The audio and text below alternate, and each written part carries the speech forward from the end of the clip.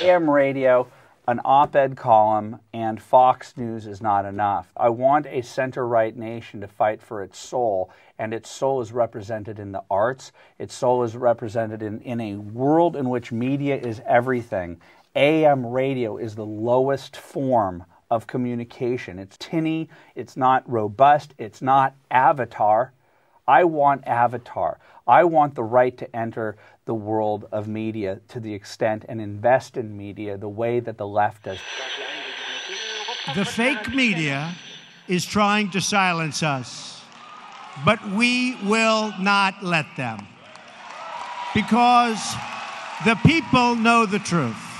The fake media tried to stop us from going to the White House, but I'm president and they're not. You're listening to the Curt Schilling Podcast, a Breitbart.com podcast. The podcast starts now. Here's Curt with today's headlines.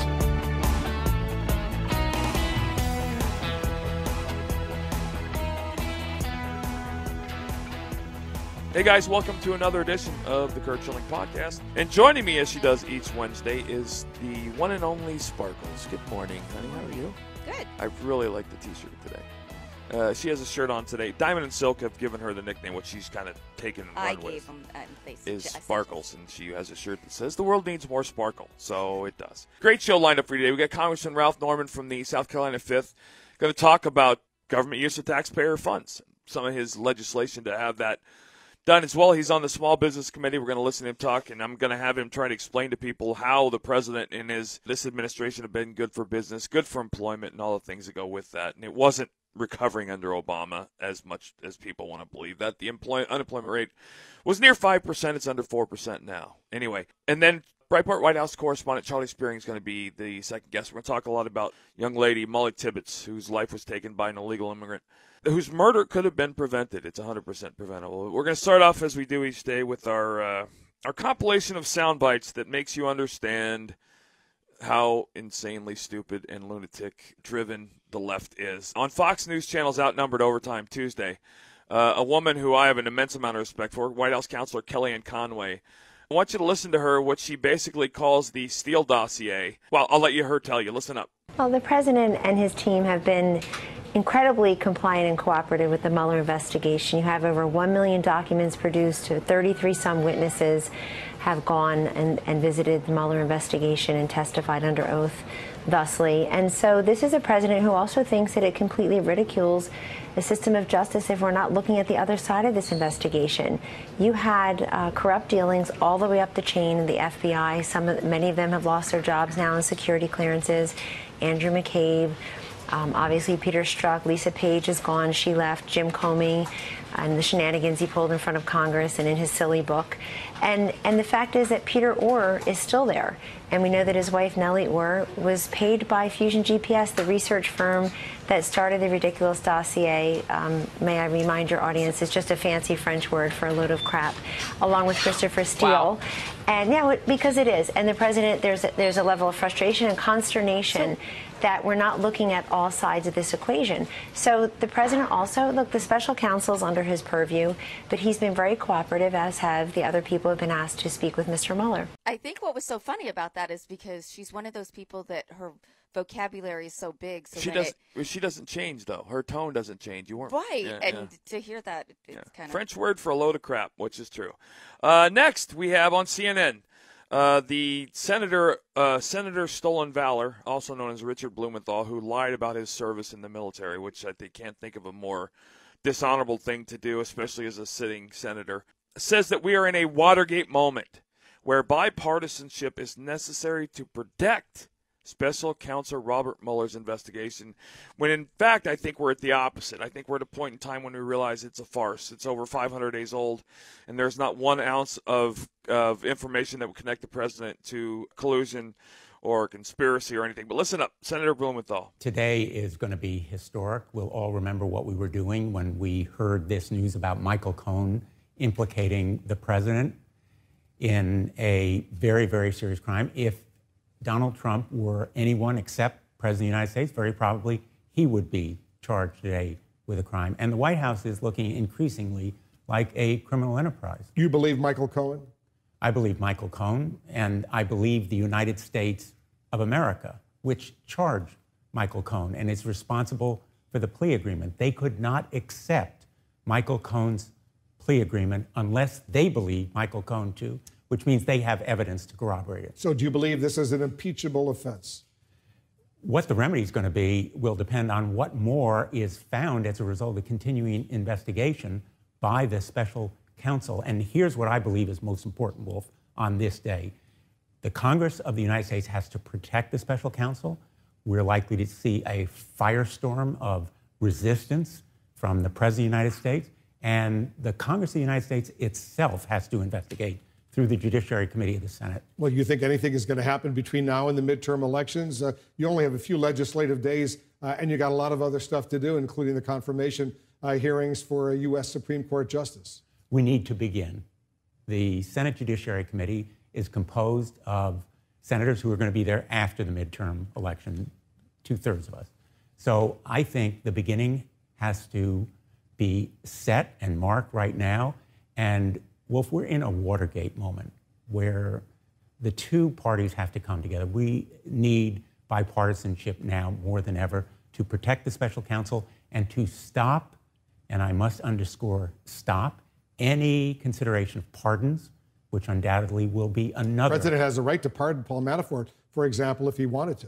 He has the power to pardon Paul Manafort, but he would be screaming to the world, I am guilty.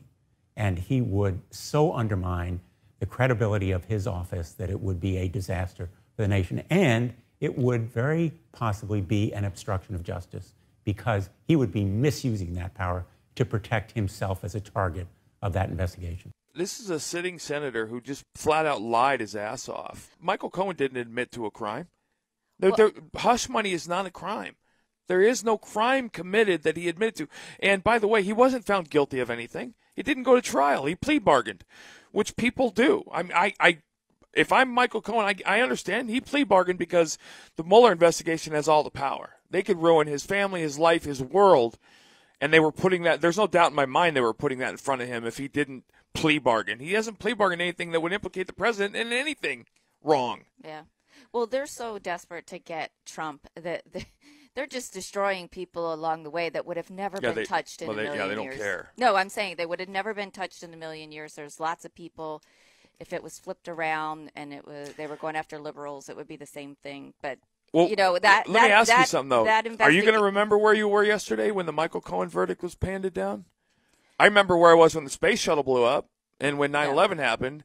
But when a clearly no morals, no ethics lawyer who commits, disbarable offenses, because I was always under the assumption that attorney-client privilege was something to be protected. They're making this out to be an epic watershed. Well, and here's Watergate what's moment. wrong with the media. That reporter, well, that was Wolf Blitzer. That's what I'm saying, though. Yeah. He knew those statements weren't weren't true. No. He knew the answer to the questions he was asking before he asked them. But he was letting him talk and not correcting him because that doesn't you heard him. Do you think anything's going to – he wasn't asking like a reporter. He was asking in a manner of, oh, my God, do you think something's going to happen? It's like, come on, really? I want you guys, we're going to lead up to our last soundbite with a couple things. I want you to listen to, on Michael Cohen's plea, editor-at-large of the Weekly Standard, Bill Kristol, was on, and he was talking to people on the beat about the guilty convictions. And then the next soundbite will be NBC Nightly News. I want you to listen to this first one, and then listen to the next one, and then we'll close it out with some common sense. But listen to this first one. Bill Kristol. Look, I do think things have changed. I mean, reality has changed. It's that we now have a guilty plea from the president's personal lawyer, with whom he was very, very close in many ways, and a guilty verdict on the president's campaign manager. Mm-hmm. Those are facts. You can say truth's not truth. He said, she said. We accept in this country that verdicts are and guilty verdicts have a real effect. So look, is there a hardcore of Trump supporters who will never desert him? Sure, there was with Nixon, too. He had 50% approval among Republicans till the very end. But there are a lot of reluctant Trump supporters, and I think at this point, they get more reluctant in their support, less willing to simply say, well, he's, he tweets a lot, he's kind of a vulgar guy, but we got the Supreme Court justices and we got the tech. I do think it begins to change things. And I think their last line of defense, in a way now, of his defenders, you've been reading a couple of those quotes, is, well, it's not Russia. But how do we know it's not Russia? Michael Cohen seems to be cooperating. Michael Cohen may well know about the Trump Tower meeting. He may well know if the president knew about the Trump Tower meeting. And we definitely know that Manafort does.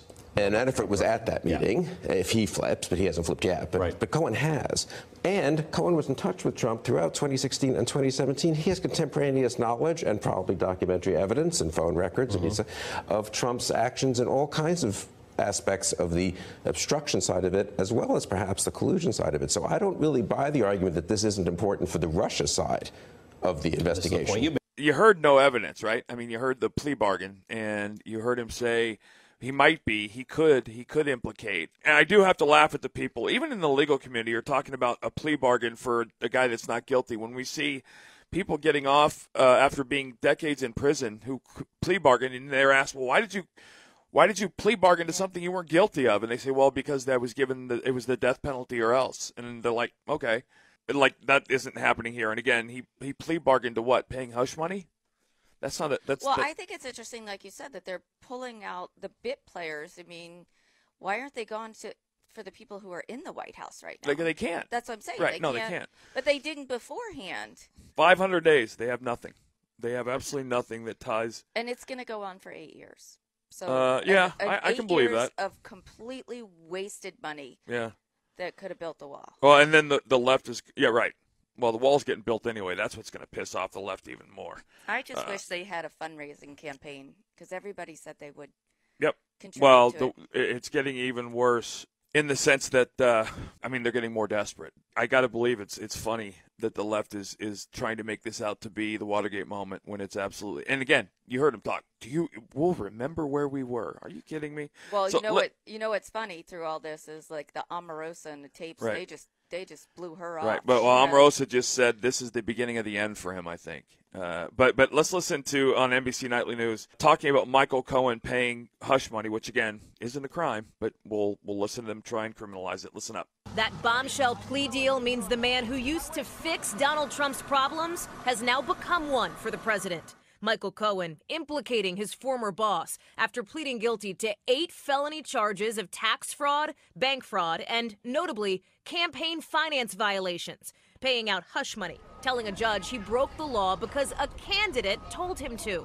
He doesn't name the person, but he only worked for one, Donald Trump. He worked to pay money to silence 2 women who had information that he believed would be detrimental to the 2016 campaign and to the candidate and the campaign.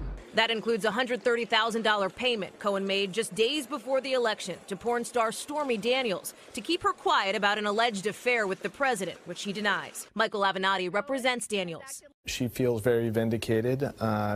She believes that she has fought the good fight, and she's going to continue to fight the good fight. The president has said he didn't know about the payment at the time. Did you know about the $130,000 payment to Stormy Daniels? The president's attorney, Rudy Giuliani, tells NBC News late tonight there is no allegation of any wrongdoing against the president in the government's charges against Mr. Cohen. It is clear that, as the prosecutor noted, Mr. Cohen's actions reflect a pattern of lies and dishonesty over a significant period of time. The president himself has suggested he's not concerned with what Cohen might say. Just want to know if you're worried if he's going to cooperate with federal investigators. No, I'm not worried because I did nothing wrong. Got it. Nothing wrong. Cohen will not have to go to trial, but faces 3.5 to 5 years in prison. He'll be sentenced in December. He can go to jail for a number of years, and so he still has an incentive to help the government. But if he wants to avoid jail, the more information, the more truthful information he provides, the better off he will be. It's a stunning development for 2 men whose relationship dates back a decade. Cohen once memorably said he'd take a bullet for the president. But this summer, signs of a split when Cohen declared his family and country come first. Now, a flip for a former loyalist. And perhaps to the president, a betrayal. Is he still your friend? I always liked Michael Cohen. I haven't spoken to Michael in a long time. Is he still your lawyer? No, he's not my lawyer, but anymore. Your personal lawyer, and not. But I always liked Michael. So where do you start? Right. No. Well, yeah. You just can't pick it apart because there's so much wrong with all of it. I do love the reporter saying, "Is he still your personal lawyer?" Like, what? They're going to get that one question. Well, but I mean, that was, I mean, come on. So I'm going to close out the sound bites with common sense. I want you to listen. One of the smartest men I know out there is Mark Levin, and he is a constitutionalist. He is just a brilliant man. And I want you to listen to his explanation around why none of this actually matters in the end. So listen up. I want to help the law professors, the constitutional experts, the criminal defense lawyers, the former prosecutors, and, of course, the professors. I want to help them understand what the law is. The general counsel for the Clinton mob family, Lanny Davis, he had his client plead to 2 counts of criminality that don't exist. These campaign finance violations that all over TV, they're saying implicates the President of the United States directly. First, let's back up. It is a guilty plea. It is a plea bargain between a prosecutor and a criminal who doesn't want to spend the rest of his life in prison. That is not precedent. That applies only to that specific case. Nobody cites plea bargains for precedent. That's number one. Number two, just because a prosecutor says that somebody violated a campaign law doesn't make it so. He's not the judge. He's not the jury. We didn't adjudicate anything. It never went to court. That's number two. A campaign expenditure under our federal campaign laws is an expenditure solely for campaign activity. A candidate who spends his own money or even corporate money for an event that occurred not as a result of the campaign, it is not a campaign expenditure. Let me give a few examples to help people understand this, especially the American people. Let's say, I wrote these down. Let's say a candidate had said, we owe vendors a whole lot of money. We've had disputes with them, but I want you to go ahead and pay them. I'm a candidate. I don't want all this negative publicity. So he says to his private lawyer, you pay them, I'll reimburse you, get it done. Is that illegal? It's perfectly legal. Yet according to the prosecution of the Southern District of New York, it's paid at the direction of the candidate to influence an election. Yes, Mr. Prosecutor, how stupid is your point? It's not a crime. There's nothing there. Legally, there isn't anything there. And that is just infuriating to people on the left. Because, again, the left is, again, you're hearing this. This is a seminal moment in your life. You're going to remember where you were, even though no one will except for them. And the right is saying, basically, what are you talking about? There's no crime as it relates to the president. Manafort and Cohen, the things that they did outside of the purview of the president, the tax fraud or the tax evasion, all those stuff. If those are crimes, that's fine. They go to jail. But again, over 500 days in, we still have nothing linking the president, first of all, to collusion, which is why this all started. This was an investigation of a man to find a crime, not investigating a crime to find the person. Yeah. So you know what though? No matter what, the media is forever going to ruin their name. Well, they have. They already have. That's why the ratings are plummeting. That's why everything's happening, because they've absolutely screwed themselves to a way, and in a way that will make them irrelevant for the rest of our lives, and that's a good thing. So take a short break. We'll be back with Congressman Ralph Norman from the South Carolina 5th in just a minute. Breitbart News Daily with Alex Marlowe. Jeannie in Pennsylvania. I think we've gotten away from what we really hired him to do, which is draining the swamp. If you look at the real picture of draining a swamp, you go in and you take all the water out of it. What does it leave? It leaves the gunk. He cannot get rid of the gunk. We have to get rid of the gunk. Everything he's doing, he's lowering the water so we can see who needs to go. The only way they can go is if we vote them out. Breitbart News Daily, weekdays at 6 a.m. Eastern on Sirius XM Patriot 125. You're listening to the Curt Schilling Podcast. Once again, here's Curt Schilling.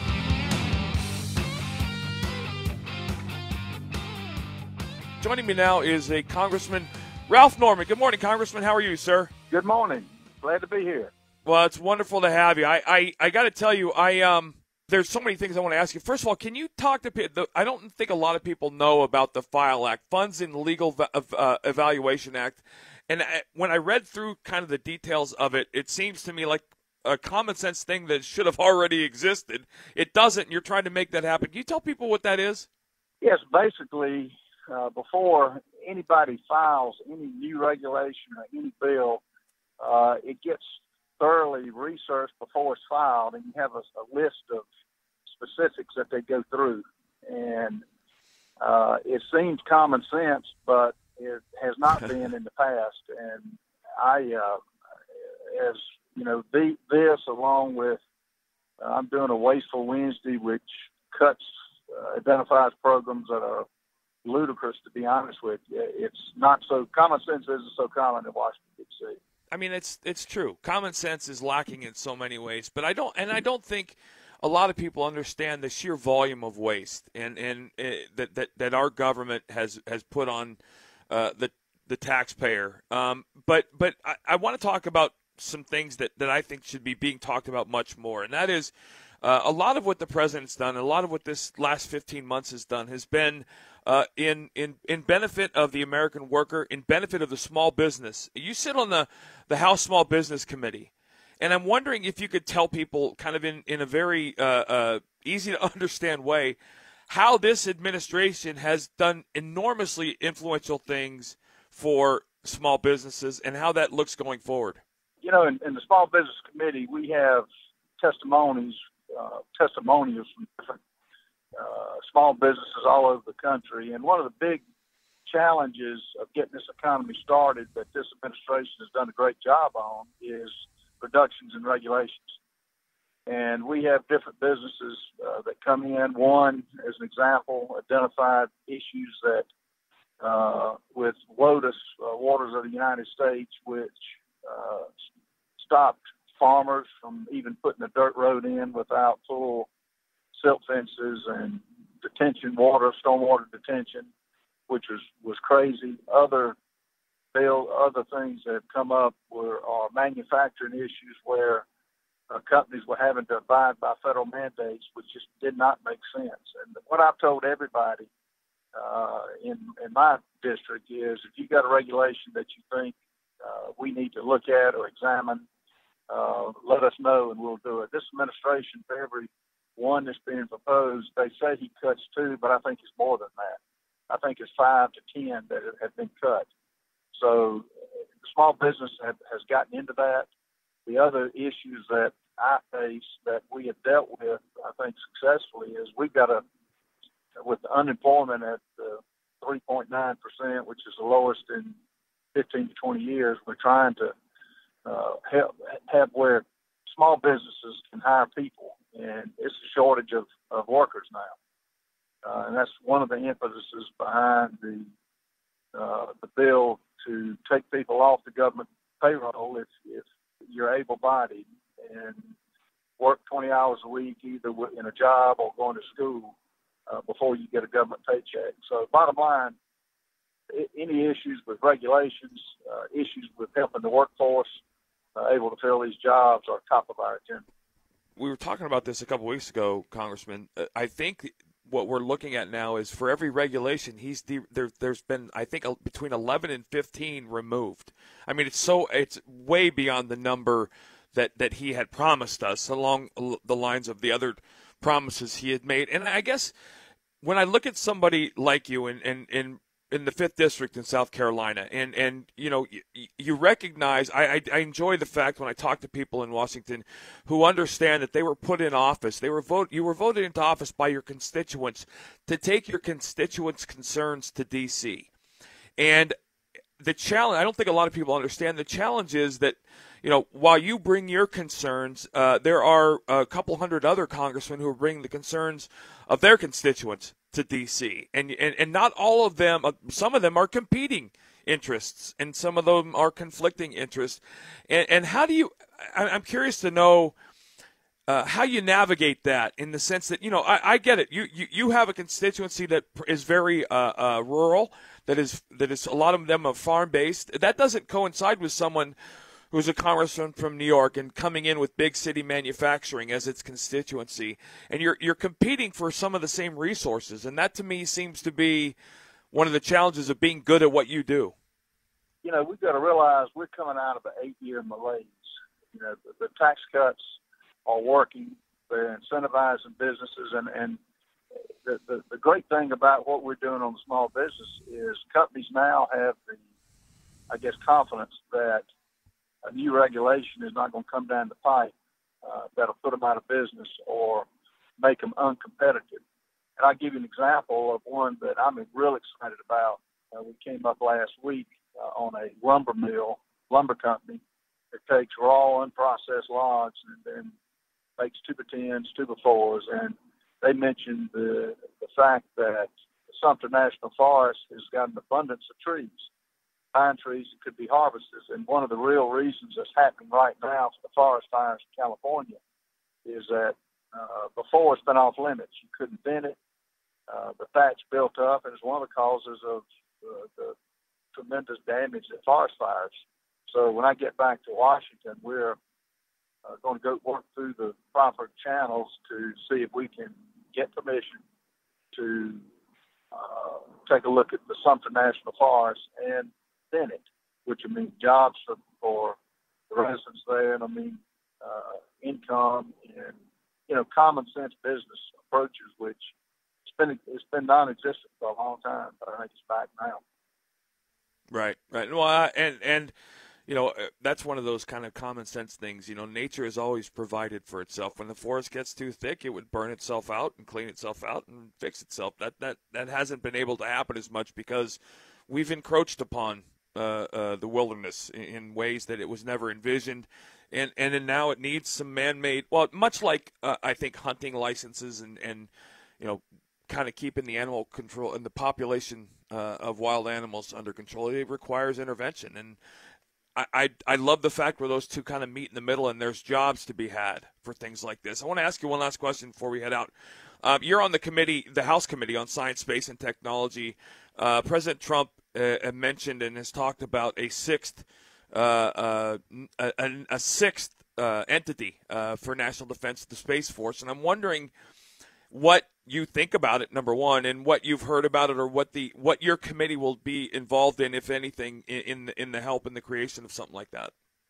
It's in its infancy, and we've got to look at the funding. One thing this administration is doing, and the members on our committee, we're through funding things unless we have clear-cut goals, and this is one of them that we think is exciting. Under Kennedy, President Kennedy in the 60s, space exploration was on the top of the agenda. I think we're looking at it again now. So I think we'll be getting the details for any new funding, where the dollars should be spent to get the most return for the investment that we make. And people are excited about it. And I think we're just on the beginning stages of it. Nobody has really focused on it up until now. They talked about it, but what we'll be doing, and I think Vice President Pence has been a leader in taking this to the forefront and getting the funding first, the dollar amount, and then spearheading it to where exactly it'll go so that we can see where we're spending our money. Yeah. Hey, Congressman, listen, it's been a pleasure. I enjoyed it. Thank you so much for taking the time. My pleasure. Thank you. Breitbart News Tonight with Joel Pollack and Rebecca Mansour. A lot of people not knowing what action they could or should take to make the difference. What I do is try to turn people on to sites like Breitbart, people who are writing and publishing the truth so that people will get educated. But, you kind of can't blame productive members of society who are kind of confused, perplexed as to what do we do to take this government back. Sirius XM Patriot Channel 125. We want to hear from you. Tweet the show at Garrick38. Once again, here's Curt Schilling. Joining me now is the White House correspondent here at Breitbart News. He is you can follow him on Twitter at Charlie Spiering, Spiering. He is the one and only Charlie Spiering. Good morning, Charlie. How you doing, buddy?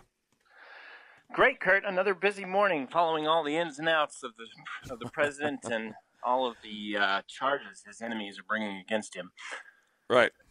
I'm still trying to convince and make people understand that Michael Cohen plea bargained. He didn't actually go to trial. He wasn't found guilty of anything. He plea bargained his way out of something, and I think Mark Levin is right. He plea bargained himself to things that aren't crimes, but I also think that he plea bargained to stay out of jail for the rest of his life. But that's not what I want to focus on. I want to focus on another incredible tragedy.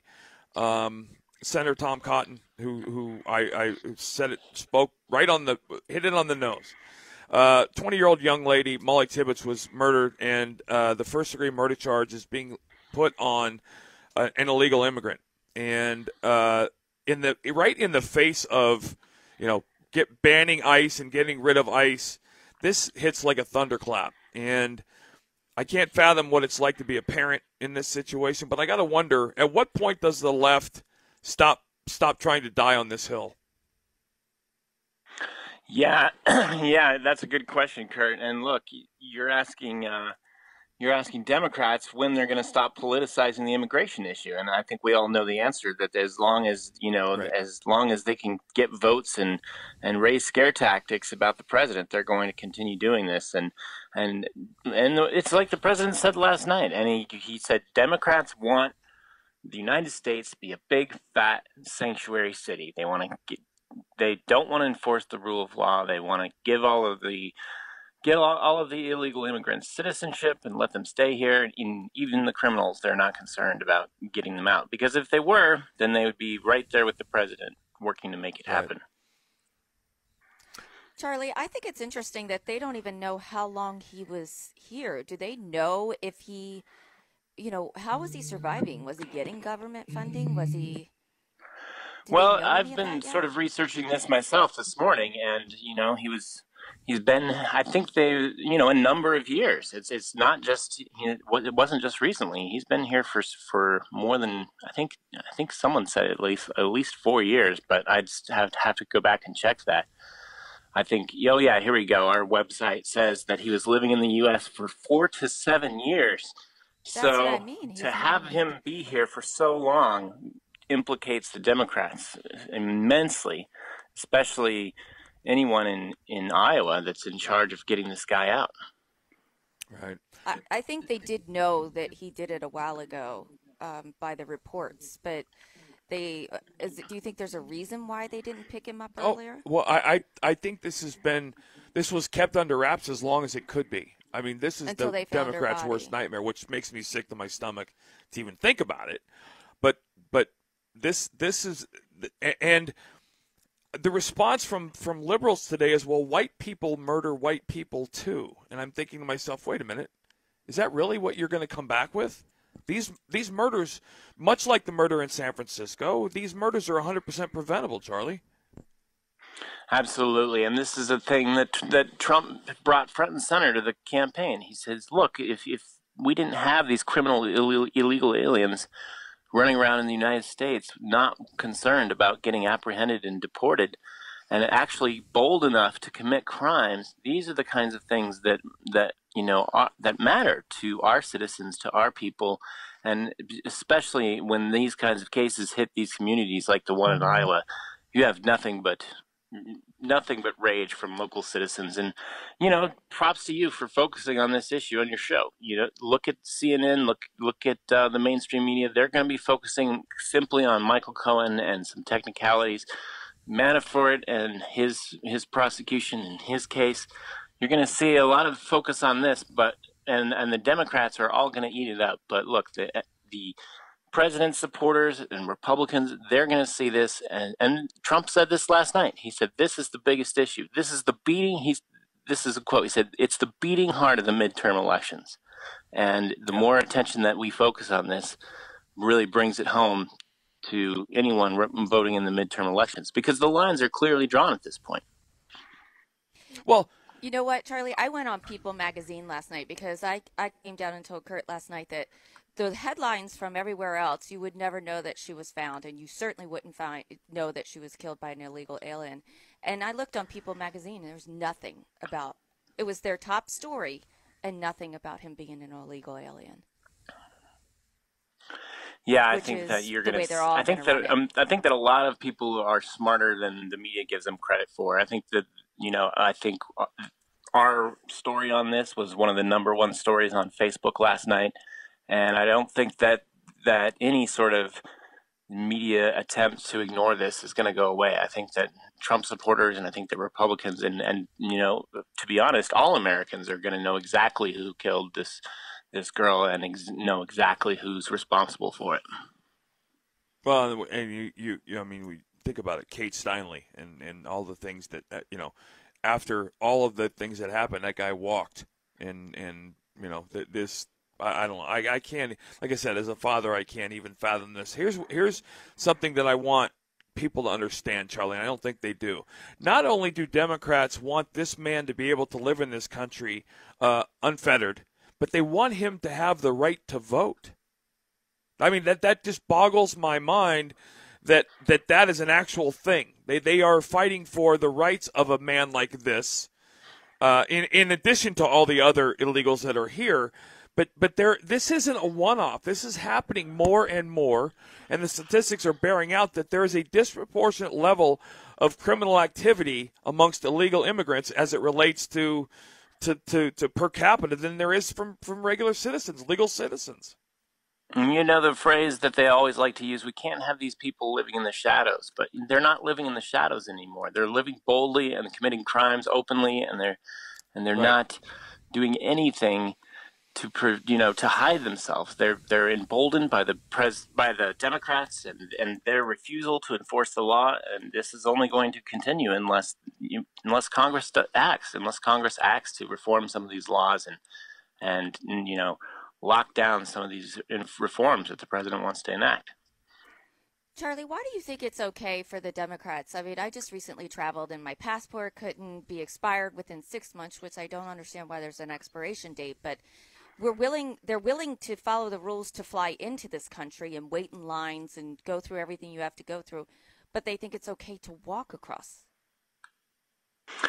Yeah, I think you see that among Democrats. They see that, they like to paint the pictures of illegal immigrants, and they like to blur those lines that the illegal immigrants are just like normal immigrants, and that's clearly not the case. And the president's done a really good job about, I'm fine with legal immigration, but illegal immigration should not be allowed. Yeah. Illegal immigration is a crime, but Democrats are completely willing to walk away and believe that illegal immigration is not a crime, and they're just like our ancestors, because they are the ones who had the bravery to break the laws to come to America. Well, that's not exactly how it works. Our ancestors came to our country illegally and didn't have to go through, the process of breaking the law and then demanding amnesty once they got to the country. Well, I think we're at a point in time, if you want to understand what a country full of illegals looks like, just look at what's happening in California. I mean, California is becoming a haven for illegal immigrants, and the laws and the process. Hell, they're appointing illegal immigrants to political positions in California. They're that stupid. But the answer, right? The answer from the left is continuing to be, and I can't believe I'm going to say this, let's disband ICE. Let's disband the one law enforcement agency standing between you and I and illegals and the murder of Molly Tibbetts. Let's disband them, because that will somehow be a solution for the left. And the only solution that is, for me, is that allows unfettered access and allows them to get themselves into office. And I've argued, Charlie, we're at a crossroads. When you look at the support from the black vote going over 20%, and the theory is that once it reaches 50%, Democrats are finished. But the Democrats are trying to counter the sway in black voting with illegals. And I don't understand why we're the only country on the planet that allows people that don't live here to vote in our elections.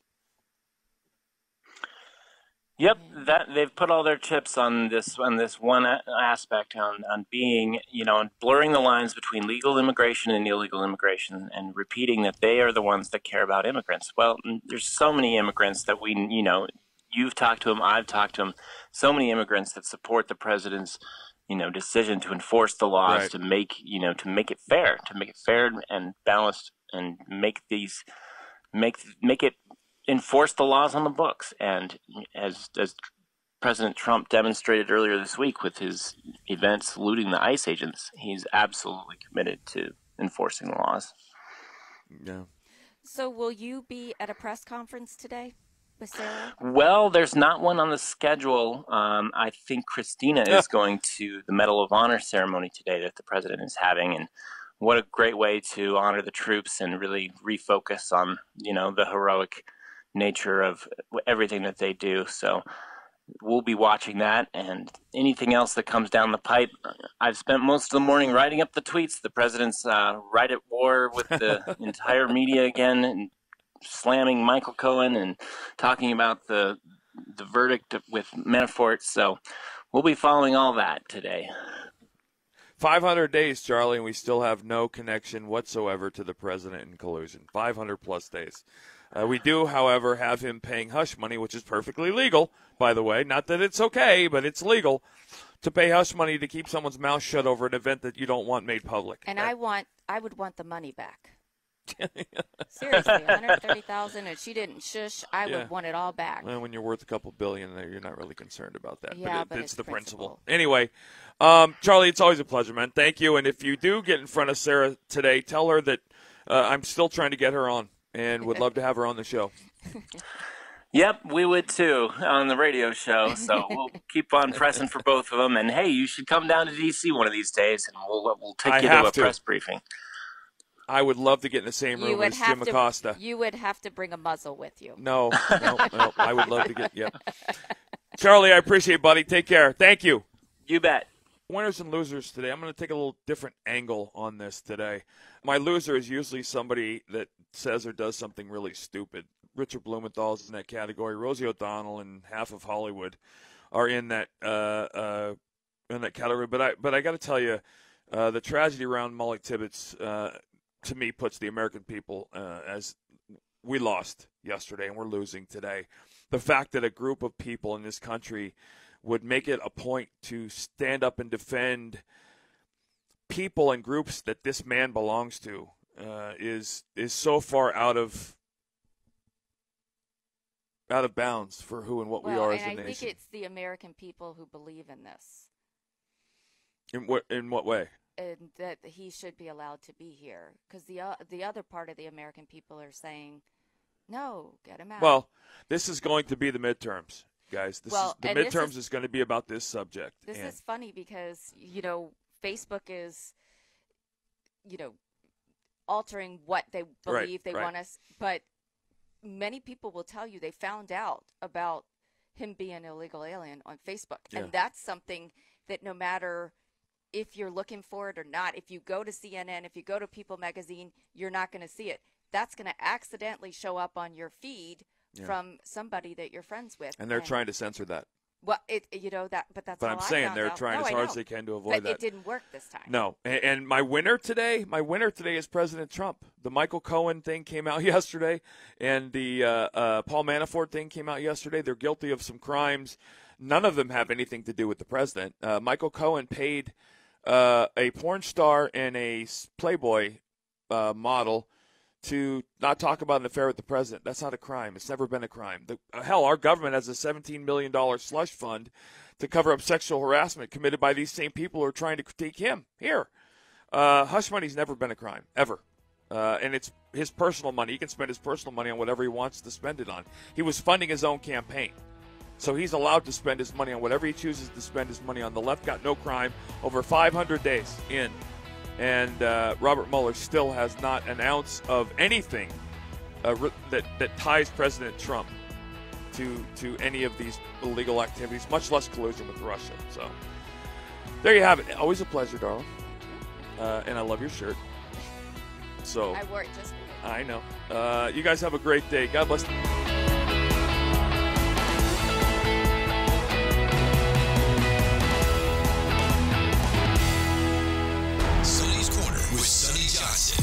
Everything in hip-hop is not bad. Kanye agreed with us, so let's love him today until he raps tomorrow and you turn your back. Because if you jump off when the fun of the moment is over, then you are in fact making Kanye the token he is accused of being. So please, don't do that. Don't go there. Sonny's Corner with Sonny Johnson. Saturday from 1 to 3 p.m. East on Sirius XM Patriot 125.